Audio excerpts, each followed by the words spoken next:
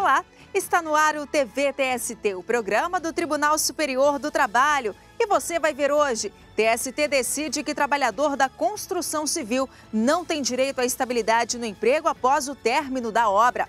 STF confirma entendimento do TST sobre intervalo para mulheres previsto na CLT.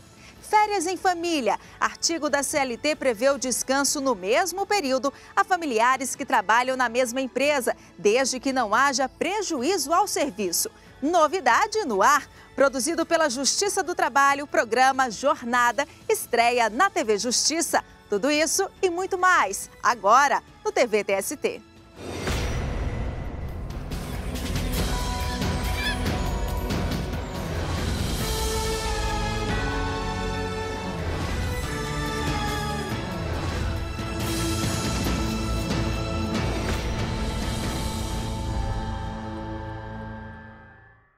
A Seção 1 de Dissídios Individuais do TST entendeu que um trabalhador da construção civil no Mato Grosso do Sul não tem direito à estabilidade no emprego após o término da obra. Ele tentou ser reintegrado com o argumento de que fazia parte da Comissão Interna de Prevenção de Acidentes, a CIPA.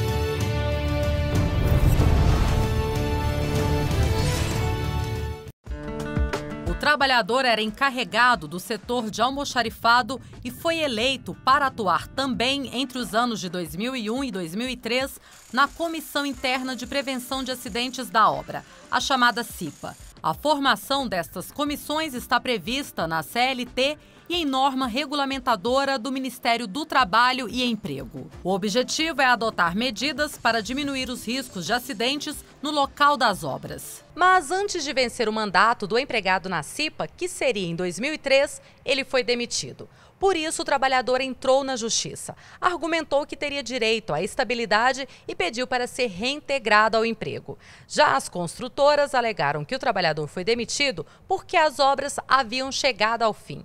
O argumento convenceu tanto o juízo de primeiro grau quanto o TRT do Mato Grosso do Sul, que negaram o pedido ao trabalhador. O caso chegou à Seção 1 de Dissídios Individuais do TST. O relator, ministro Lélio Bentes, entendeu que com o término da obra não há mais que se falar em composição da CIPA. Por isso, o empregado não teria mais direito de ser reintegrado ao serviço. Estou efetivamente convencido de que a garantia no emprego cessa com a conclusão da obra, sob pena de impor-se um ônus que efetivamente não corresponderia à finalidade social do Instituto, que é assegurar condições rígidas de prestação de serviço no local da prestação de serviço. Mas houve divergência. Para o ministro José Roberto Freire Pimenta, a estabilidade é uma garantia constitucional e não poderia ter sido extinta. Trata-se de uma empresa de construção civil que certamente tem muitas outras obras. Não vejo, data vênia, nenhuma dificuldade para o empregador deslocar esse empregado, que apenas não pode ser mandado embora sem razões suficientes, sem razões motivadas, previstas em lei, para outras atividades da mesma empresa. Mas, por maioria, os ministros da Seção 1 de Dissídios Individuais da Corte entenderam que o encarregado de almoxarifado não tem direito à estabilidade no emprego. O conjunto de obras é um estabelecimento, basta uma CIPA. E parece que este é o argumento que decide. À medida em que há uma CIPA para cada obra, evidentemente, quando termina a obra, extingue o estabelecimento. A sexta turma do TST absolveu a Toyota de pagar como hora extra as pausas concedidas aos empregados para que eles pudessem tomar um cafezinho durante o expediente.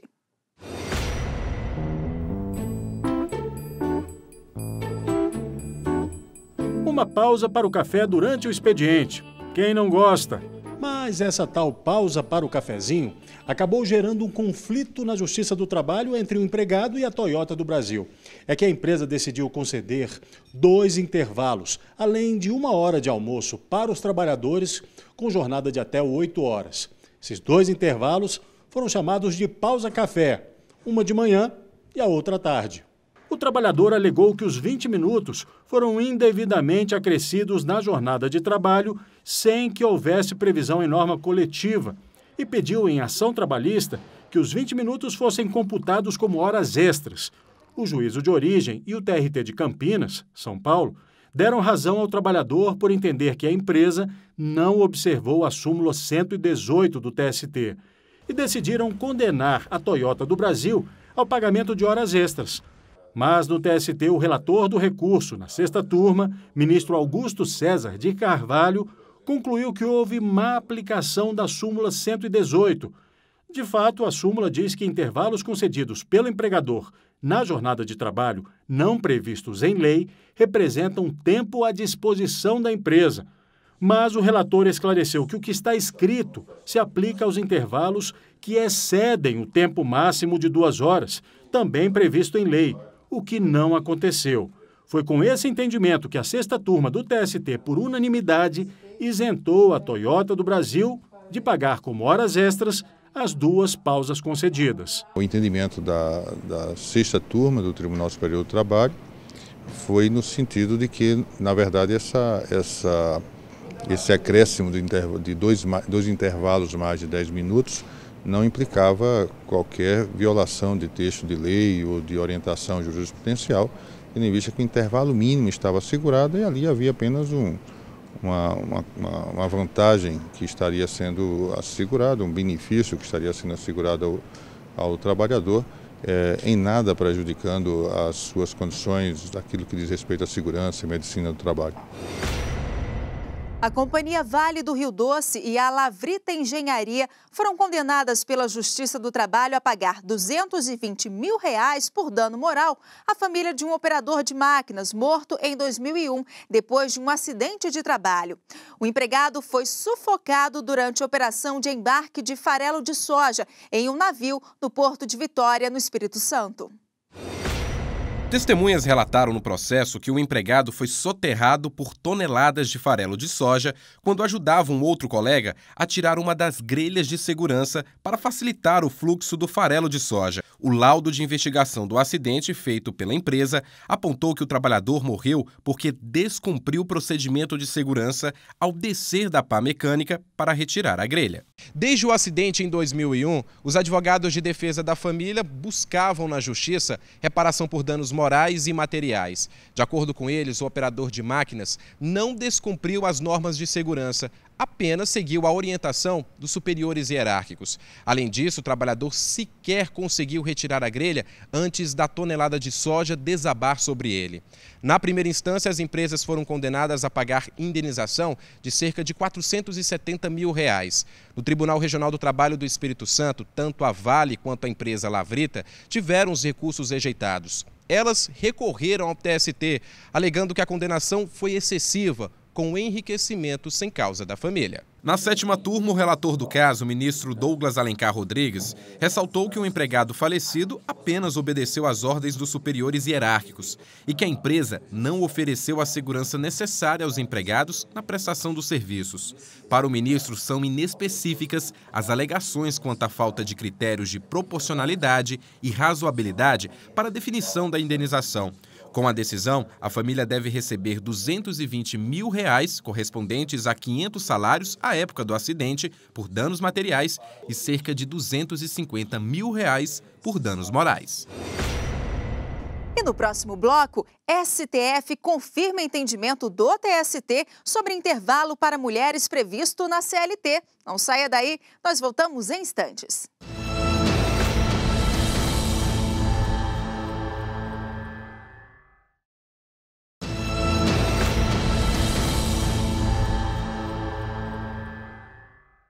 E veja outras notícias de destaque no TST. O TST sediou o primeiro Encontro Nacional de Núcleos e Centrais de Conciliação. Durante o evento foram debatidos os desafios do Judiciário para fortalecer a política nacional de conciliação. Participaram ministros de tribunais superiores e membros de tribunais regionais federais, do Trabalho e de Justiça. Terminou em acordo a audiência de conciliação realizada no TST entre a Casa da Moeda e o Sindicato Nacional dos Trabalhadores na Indústria Moedeira. A partir das negociações, foi assinada uma nova proposta de implantação do plano de cargos, carreiras e salários. A audiência foi presidida pelo vice-presidente do TST, ministro Ives Gandra Martins Filho. O regimento interno do TST foi alterado para não permitir a possibilidade de sustentação oral dos advogados em julgamentos de agravos e agravos regimentais previstos no próprio regimento. A nova redação foi proposta pela Comissão de Regimento Interno, tendo em vista que a sustentação oral nesses casos também não está prevista nos regimentos do Supremo Tribunal Federal, do Superior Tribunal de Justiça e do Tribunal Superior Eleitoral. O Supremo Tribunal Federal julgou constitucional a concessão de intervalo intrajornada para mulheres antes da prorrogação da jornada normal. A decisão confirma o que o Tribunal Superior do Trabalho já havia decidido sobre o assunto. Na prática, seja qual for a atividade, a trabalhadora pode usufruir de uma pausa de 15 minutos antes de fazer horas extras. É um direito agora assegurado a elas.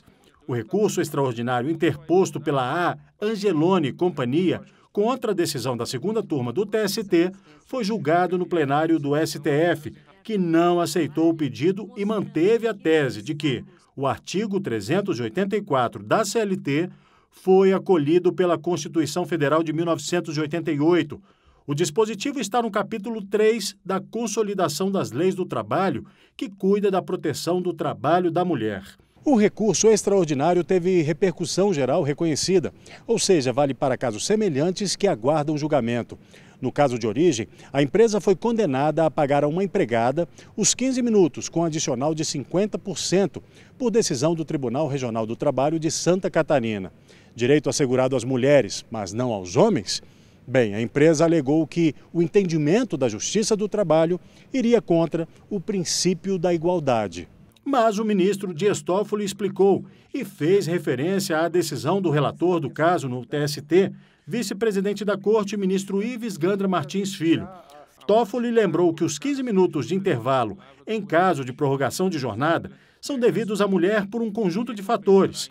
A histórica exclusão dela no mercado de trabalho, a menor resistência física e a recorrente e desgastante dupla jornada, atividades fora e dentro de casa. O fato é que tanto as disposições constitucionais quanto as convencionais internacionais, como as infraconstitucionais, não impedem que ocorram tratamentos diferenciados, desde que existentes elementos legítimos para o descrime e que as garantias sejam proporcionais às diferenças existentes entre os gêneros ou ainda definidas por algumas conjunturas sociais.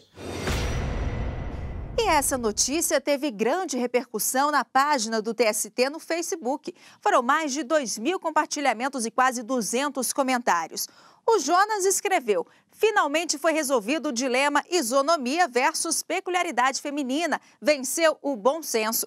A Carla disse que somos todos iguais em dignidade, mas em questões orgânicas, hormonais e anatômicas somos diferentes. Por isso, para que a igualdade seja efetivada, certas distinções devem ser garantidas. E você? Qual é a sua opinião sobre essa e outras decisões do tribunal? Curta a página do TST no Facebook e deixe o seu comentário. Acesse facebook.com/TSTJus. E no próximo bloco, artigo da CLT garante férias no mesmo período a familiares que trabalham na mesma empresa, desde que não haja prejuízo ao serviço. Não saia daí, nós voltamos em instantes.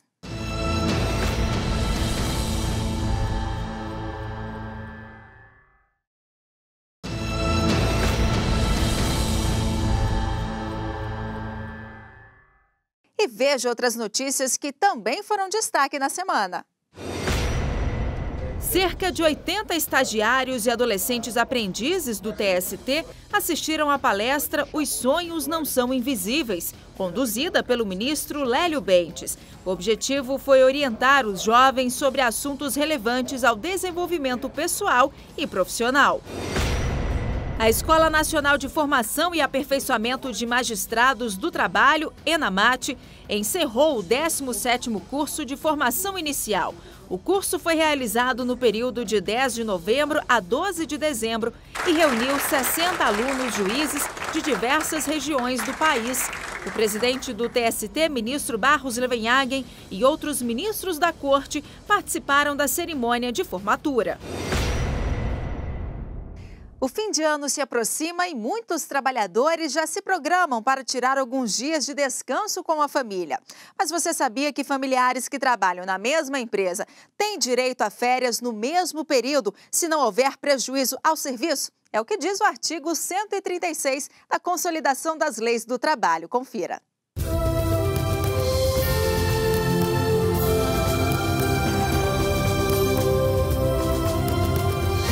O artigo 136, parágrafo 1º da CLT diz que familiares que trabalhem na mesma empresa têm direito de gozar as férias no mesmo período, se isso não prejudicar o serviço. Podemos, por exemplo, ter um caso de um pai e um filho, que seriam membros de uma mesma família, e eles estariam incidindo no parágrafo 1º. Nós temos, por exemplo, namorados que podem ou não constituir uma união estável.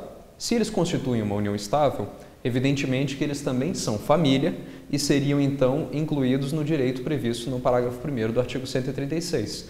Férias, período muito aguardado pelo trabalhador, que busca aproveitar da melhor forma possível. Costumo viajar, né, conhecer lugares novos, praia, visitar minha família fora aqui de Brasília. Costumo viajar quando posso e quando não posso eu venho aproveitar o parque, cinema.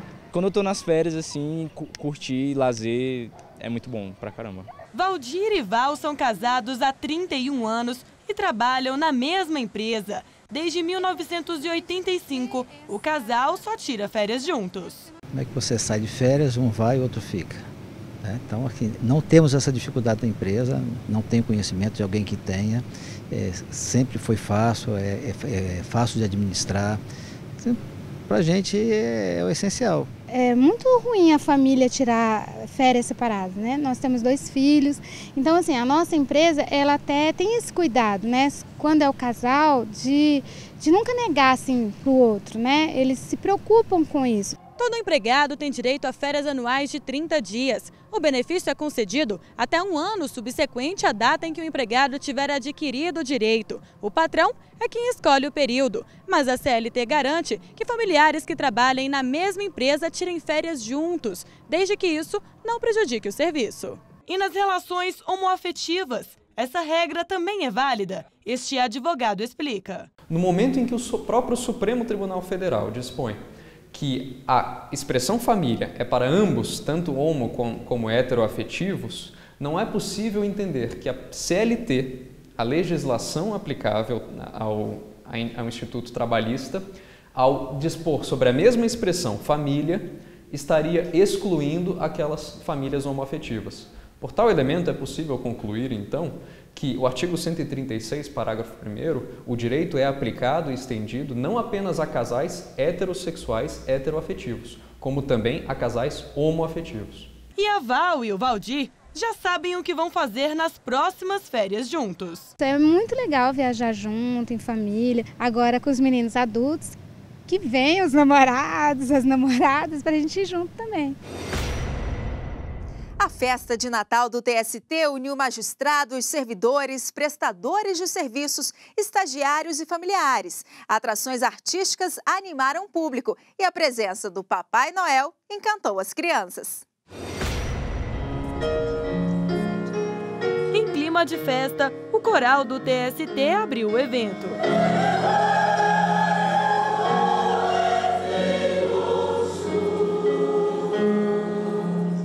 O presidente do TST, ministro Barros Levenhagen, destacou as conquistas do tribunal ao longo de 2014 e elogiou a iniciativa da campanha Natal Solidário, que arrecadou cestas básicas, fraldas e brinquedos para 3 instituições de amparo a pessoas carentes. O Tribunal Superior do Trabalho, ele tem essa índole bastante humanística da solidariedade com os menos favorecidos. Toda vez que for possível, estendemos essa solidariedade que é imanente ao Tribunal Superior do Trabalho penso que todos nós, ministros e servidores, conquistamos um tesouro no céu. A Rede Feminina de Combate ao Câncer, em parceria com o Hospital de Base de Brasília, recebeu cerca de 190 cestas natalinas. As doações vão fazer o Natal das pessoas assistenciadas bem mais feliz. O Tribunal Superior do Trabalho sempre esteve em parceria com a rede e nos ajuda muito. A nossa entidade é uma entidade não governamental que tem 18 anos só em Brasília e que atendemos as pessoas com câncer carentes. E para alegrar as crianças atendidas pela Brinquedoteca Ludocriarte, a campanha arrecadou cerca de 175 brinquedos. Para nós tem a importância de ser qualificado. O receber os brinquedos também é muito importante. E os idosos atendidos pelo Lar São Francisco de Assis receberam cerca de 270 pacotes de fraldas geriátricas. É de grande importância essa contribuição e essa parceria com o TST. Houve ainda sorteio de brindes e a presença do Papai Noel. O Bom Velhinho encantou não só as crianças, como também os adultos.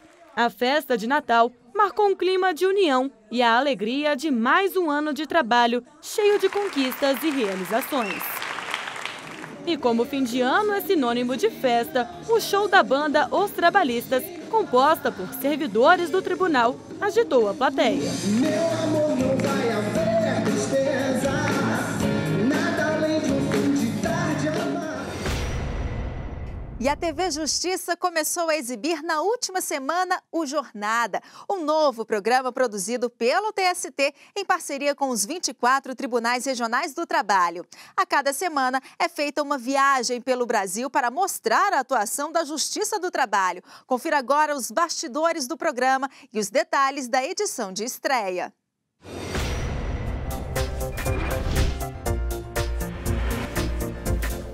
O programa era tão esperado que todos os profissionais da TV e o secretário de comunicação do tribunal assistiram juntos à estreia.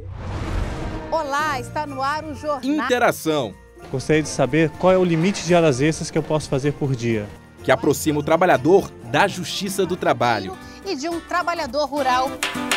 Os profissionais de todas as áreas da TV do TST se envolveram no programa. A equipe responsável pela arte gráfica pensou em cada detalhe para criar o cenário e as artes que interagem com a apresentadora. É um projeto que a gente desenvolveu com um certo tempo, com cuidado, né? É um cenário todo virtual, com câmeras virtuais, e a gente tem uma mobilidade maior para fazer o que a gente quiser por ser virtual. Então a gente tem um poder maior de fazer movimentações de câmera especial e de colocar imagens em monitores virtuais também. O trabalho foi desenvolvido com todo o time de cinegrafistas e técnicos da TV. Enquanto isso, a equipe de produção e os chefes de reportagem elaboraram as pautas, definiram os assuntos, marcaram as entrevistas e participaram de reuniões com os assessores de todos os tribunais regionais. Esse é um projeto antigo da Justiça do Trabalho, né? Houve uma primeira versão do Jornada em 2011 e agora ele volta totalmente repaginado, com a contribuição de sempre dos 24 TRTs. Eles mandam reportagens, sugestões de coisas específicas dos tribunais deles e também contribuem com matérias nacionais, ou seja, com casos, histórias, e aqui a gente compõe matérias abrangentes com foco no cidadão, né? Naquele que procura a Justiça do Trabalho. A principal missão dos repórteres envolvidos no programa é passar ao telespectador as informações da Justiça do Trabalho de uma maneira dinâmica e com uma linguagem simples. 3, 2, 1, gravando! Olá, começa É a partir deste momento que é exigida a concentração de todos os profissionais, tanto dos cinegrafistas, que precisam estar atentos em todos os movimentos de câmera, quanto dos técnicos que estão no Twitter e da chefe de reportagem que acompanha o roteiro do programa. E se engana quem acha que esta aqui é a última etapa do programa. Não é não. Eu vou ter que interromper o programa, com licença, Carolina Sete. Olha, a Carolina Sete, ela edita revisa os textos dos repórteres, tanto o meu quanto dos outros colegas aqui. E essa aqui não é a última etapa não, né, Carol? E não, na verdade, eu acho que aqui a gente está no meio do trabalho, existe uma produção extensa antes da gente chegar aqui. A gravação não é muito simples, porque, como vocês estão vendo, a gente grava num Chroma, o cenário é totalmente virtual e existe muita interação, inclusive até com o público e também com os mapas, com as imagens ao fundo do cenário. Então, como a gente não sabe muito às vezes onde apontar para chegar na cidade correta, então acho que as pessoas vão ficar um pouco surpresas quando virem que foi virtual, um trabalho muito dispendioso, mas assim, de extrema dedicação da nossa equipe, e o resultado está muito bonito. Mas essa interação é justamente para levar uma informação mais dinâmica, mais clara para o telespectador, né? Com certeza, eu acho que isso é uma tendência do jornalismo mundial. O Tribunal Superior do Trabalho, assim, nas TVs públicas, sai na frente com esse novo projeto, desse cenário virtual, dessa interação com o público. E o nosso objetivo é, claro, aproximar a Justiça do Trabalho ao cidadão, fazer com que o cidadão, por meio do Jornada, conheça melhor os seus direitos, os seus deveres, para que haja uma justiça social no mundo do trabalho.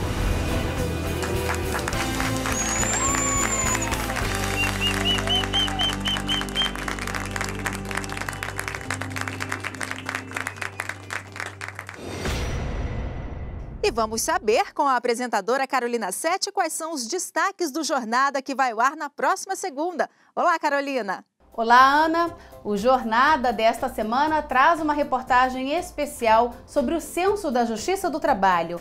Vamos passar por Goiás, Paraná e São Paulo para traçar um perfil de magistrados e servidores que compõem o Judiciário do Trabalho.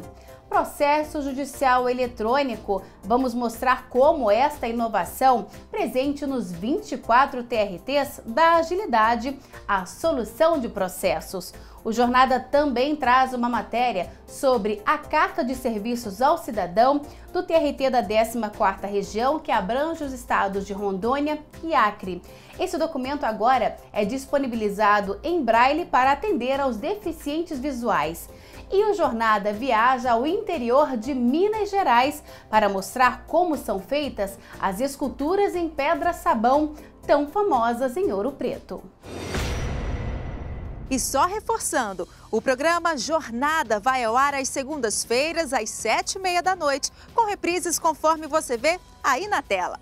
E o TV TST termina aqui, mas você pode continuar acompanhando as notícias do Tribunal Superior do Trabalho pelas redes sociais e pelo site tst.jus.br. Obrigada pela companhia e até o próximo programa.